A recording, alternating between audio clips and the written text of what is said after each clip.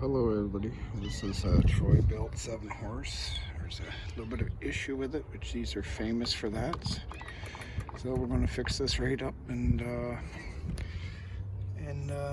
get it back to the customer, and so they can cut their grass for the year. See, these are always famous for this. This is a Mower carburetor.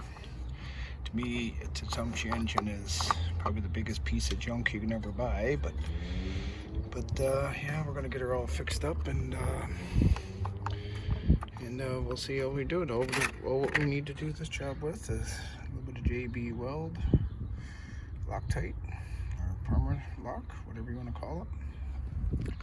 So we'll get her set up and we'll get her going, and I'll show you how I get her fixed. So just give me a minute, I'll get some tools and we'll get right back to it.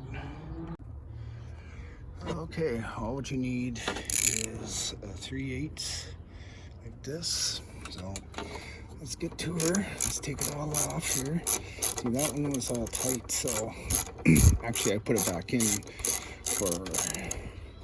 for example of showing everybody how to take it out.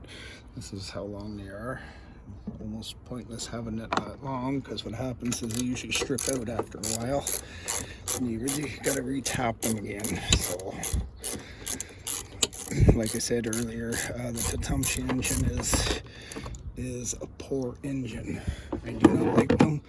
They steady break down and everything.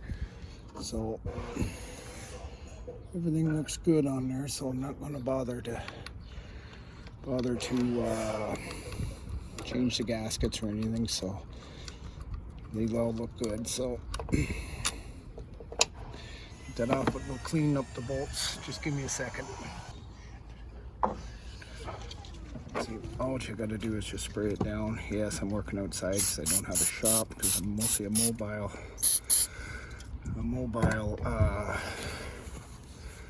business that I go to people's houses and fix everything. So you can see the old Loctite, they did have it on there at one point in time, but some new stuff on. So see this, wipe it all off, give it a few seconds to dry.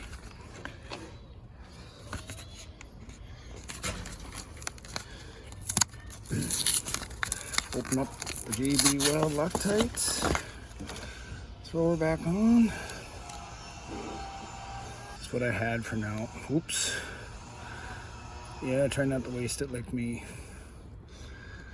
So we'll put that there. Just grab a hold of it like this. Slap her back together like this.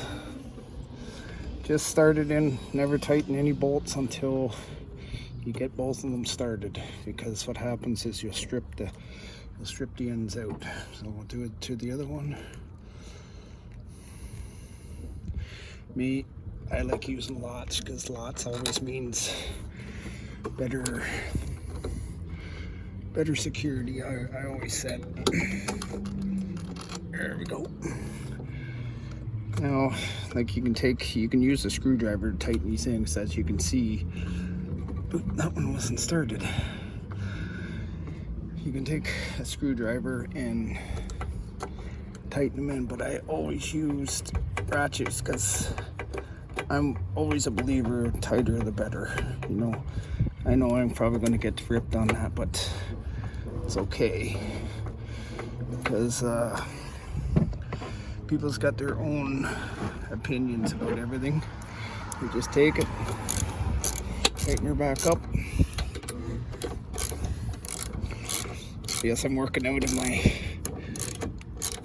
my yard, so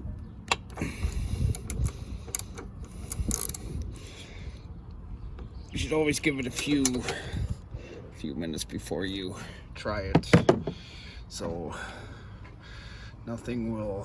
so the stuff has got a chance to do its thing, you know. So anyways, just give me a few minutes and we'll try to start it. Oh, hello everybody again. I was gonna put it all back together, then I noticed that there is a stripped hole. This is why I'm telling you I do not like Tatomchi engines, because they bring these things out instead of using something like this, a stud, where it tightens from both ends.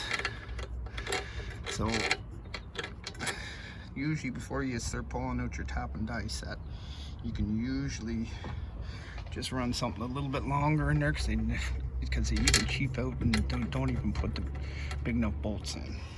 So 9 times out of 10, all what you got to do is just put a longer stud in. So try this, see what if this happens. If not, we'll pull out the tap and die, and then we'll try it that way. Just give me a second, I gotta get a socket.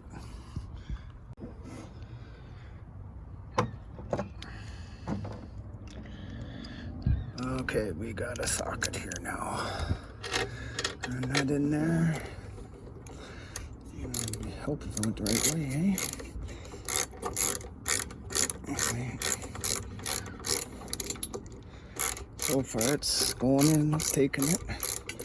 Usually they give longer threads because I guess the people who invented the Tatomchi engine, they must have known this was going to happen, so they invented longer threads. There we go.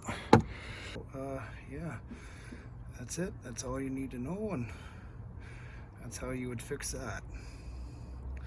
See, Tatomchi engines, they got lots of power and everything like that, but they're just a junk engine. And this being a Troy Bilt too, and it's very expensive to buy, usually most of them. And yes, some of them has got different type of engines and everything all on it, but I recommend not buying one.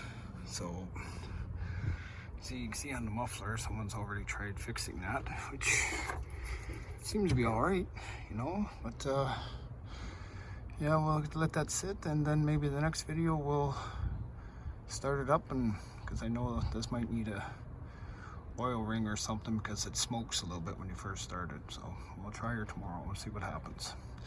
All right, any questions or anything, please leave in the comments and I'll try to answer them. See you.